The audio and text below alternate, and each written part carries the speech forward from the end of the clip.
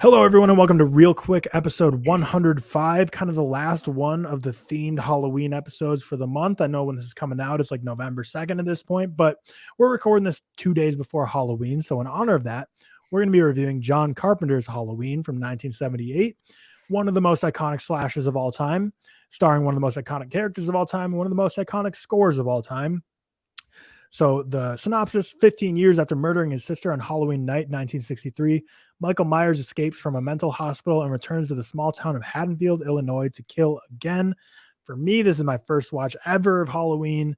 Obviously, for you two, you've seen it, I'd imagine both of you probably over 5 times each at this point, probably multiple times. But yeah, so let's just jump into it and talk about Halloween. Obviously, kind of like I preluded, it's one of the most iconic horror movies of all time.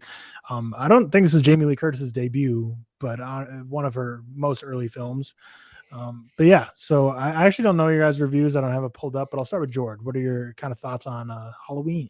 Yeah, very, very highly. I really adore this as both a very effective slasher film, but also kind of like a industry shaping film. I think this was one of the first slasher films that really brought the slasher genre to like the forefront of horror and really made people take these types of horror films seriously. And its level of iconic is not like the only reason I give this a 4.5. I think John Carpenter does everything just perfectly right in this movie, in making this very effective suspenseful slasher flick. The score is just it's just pulsating, it's heart pounding, it is so eerie and so tense. Michael Myers, this is my favorite version of him.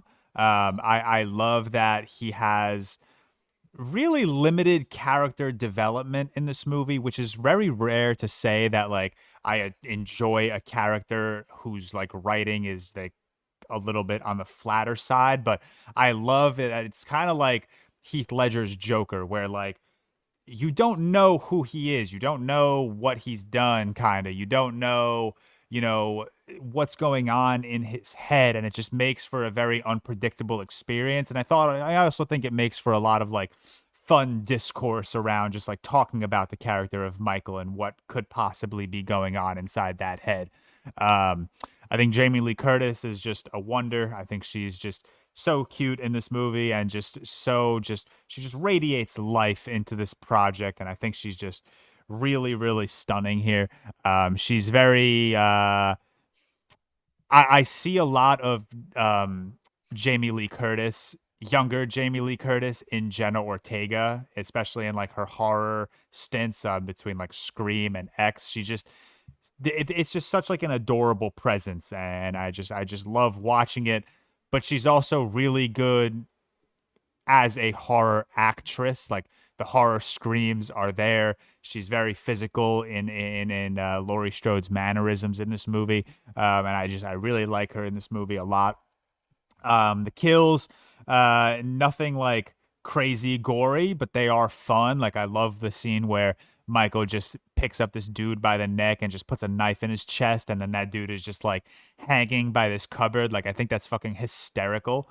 And that's one thing the word hysterical just kind of like jogged my memory on one thing that I really do love about this movie is just how much fun it is. It is slower paced, especially when it comes to slashers, but it's just like it's such like a very like cozy and adorable aura to it. Like every time I watch this movie, I just want to like bundle up on a couch with a blanket and just like drink hot cocoa and just enjoy this fun 80s fun 70s slasher movie. So I give this a 4.5 out of 5. It's both iconic and just very well executed. I absolutely adore this as a slasher project, as just a horror movie in general. Obviously, I think very highly of John Carpenter. He is my favorite and who I consider to be the best horror filmmaker out there. And Halloween for me is his second best picture behind The Thing. So love this movie. 4.5 out of 5 for me. One of the best slashers, one of the best horror movies out there in general. Seth, how about yourself? Yeah, I really like Halloween. I think it's a really interesting film where it kind of took the takes the fear of the unknown, really helps to provide not only an atmospheric but a paranoia-inducing experience. I think it's kind of different because at the time, within the kind of slash period, it took it into like a suburban city lifestyle and something that's kind of realistic as well. You know, it doesn't have to rely on an overuse of gore or kind of vile imagery and stuff like that, like we see in many franchises, like like an Evil Dead, like a Scream to a certain extent. But it kind of keeps it realistic, keeps it low key, keeps it like the classic serial killer kind of narrative. And I think it's just incredibly iconic. I think from the visuals to the kind of first-person shots that we see, especially at the start, I think they were massive. And I think a massive influential thing that we saw a lot of horror films do after as well, and trying to emulate. And I think it works on such a high level. I do think it's the best in the Halloween franchise, which is the same as quite a lot of people do. I agree with George. It does provide kind of like a cozy feel, like The Thing for me. You know what I mean? Like you want to watch it, get cozy. It's like very like foggy and like it just reminds me of like a rainy day. Yeah, I know what you mean. Like, absolutely. Also, by the way, I am orange because we just recorded after Halloween. This isn't my usual get-up, like just so you all know. If you're new here, Seth is lying. He went to the tanning salon. He told us right before this episode. I just missed my whole neck. Crazy. But yeah, I think it's a really, really impressive film. I think John Carpenter puts every ounce of his personality into it. And I think the score is stunning. The score is incredible. And it really set up so many films to come. I'm not quite as high on it on George. I'm not sure what Tyler's thoughts on yet, because obviously it was his first watch. I'll give it a 4-star. It's my third favorite Carpenter film. But it's still, really, really great. Behind The Thing and In the Mouth of Madness. Yeah, absolutely. I was gonna say, what the fuck is number 2? And then I was like, okay, I remember dude loves In the Mouth of Madness. But it's really good. And deserves to be spoken about the way it is. 4 out of 5 from me. Yeah, obviously this is my first watch, and I don't know, like, I feel like Halloween's such an iconic movie, yet like I didn't really know any of the plot at all coming into it. All I really knew is Michael Myers tries to kill Laurie Strode, but like nothing else. Like the whole first act, I guess I'll just like throw in the spoilers, but at this point, like obviously if you're watching a Halloween review and it's a movie from 50 years ago, almost. Jesus. That's on you. Whatever. But like the beginning, like when it was like it ended up being him as a kid, like I had no clue like that him as a kid was just out there murdering people like that. Yeah, definitely. Like I get in the kill shots, like it took a lot of influence from Psycho with like how like the stabbing motion was. But it was also like weird, like because the kid was like looking through a mask and then like filming through the eye holes. And like when he was like stabbing her at the beginning, like you started like looking at his hand doing the stabbing. And I was like, just for the next like 5 minutes of the movie, I was just trying to think in my head for some reason the whole time, like how would that practically work? Like you're stabbing someone, you're like looking like this. I'm like, I don't think that really works. Like, but it's for the cinematography of it, I guess. But yeah, didn't expect him to be a kid. Really freaking stupid scene when they go to the mental hospital. Like it's like, what do you expect is going to happen? Not in a bad way, but just like, all horror movies have their little corny bits. And it's like, there's just mental people like out in the open on the road. And you're like, oh, let's just pull up to the gate. Like, no, you stay here. I'm like, okay, what do you think's going to happen here? But I thought this was a masterclass in suspense. Like the suspense in this movie was crazy. Like it just kept building. Michael Myers is always in the background or just lurking around the corner. Jamie Lee Curtis is so good in this. I think she perfectly describes like the paranoia and terror of feeling like someone's watching you, but not quite being sure if someone's watching you, but like you're kind of, is your mind playing tricks on you? Is it real?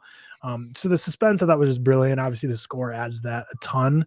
But I don't know. I feel like the suspense for me was great, but every time it like climaxed, like the suspense built up to something, I felt like I was always let down by the actual like action sequences or the payoff, I guess. So I just didn't come away loving it as much as I expected to. I still rate it highly. Like I give it a 3.5 out of 5. So I still really liked it. But I don't know. I just feel like the suspense was just A+ grade A, but everything like the whole final act with like there's no more suspense. The actual killing's going down and the final battles happening. I was just kind of like, I thought what George said, the stabbing where he stabbed him into the wall was so freaking cool.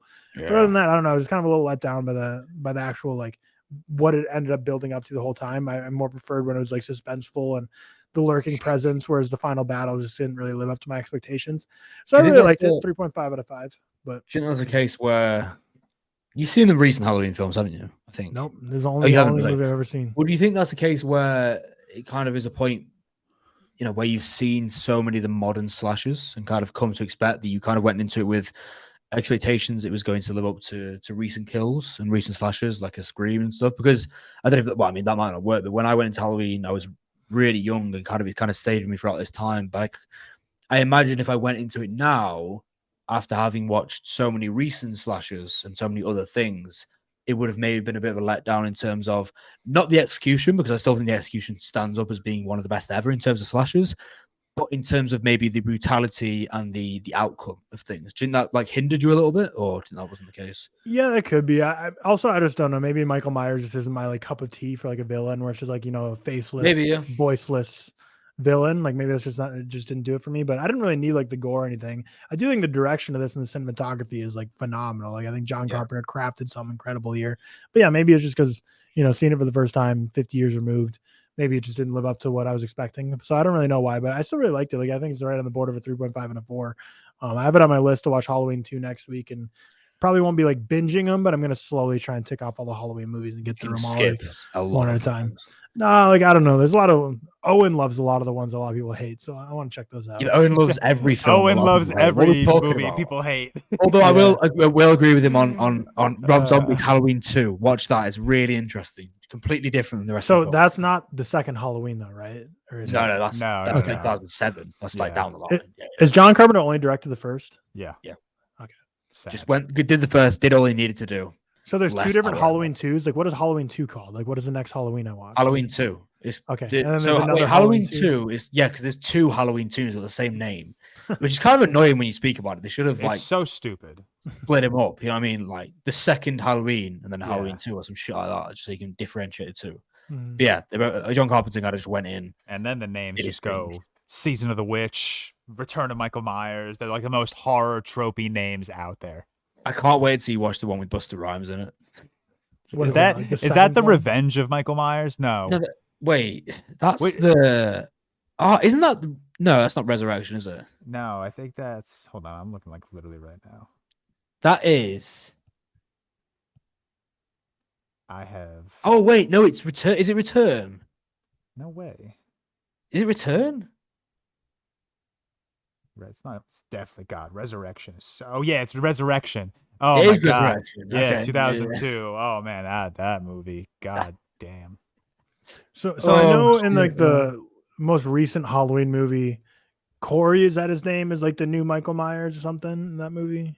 Yeah, well, it's kind of they've set it up for that. There was Michael Myers in the film, but he's like old and decrepit and stuff. So they kind of set it up as like there's a new guy in town. So it's always the same Michael Myers every movie, right? Yeah. But it's different. No, that's correct. Like Michael Myers is a supernatural figure. Like he's not dying. Same character. Yeah. It's different timelines and different. So Rob Zombie's one is like.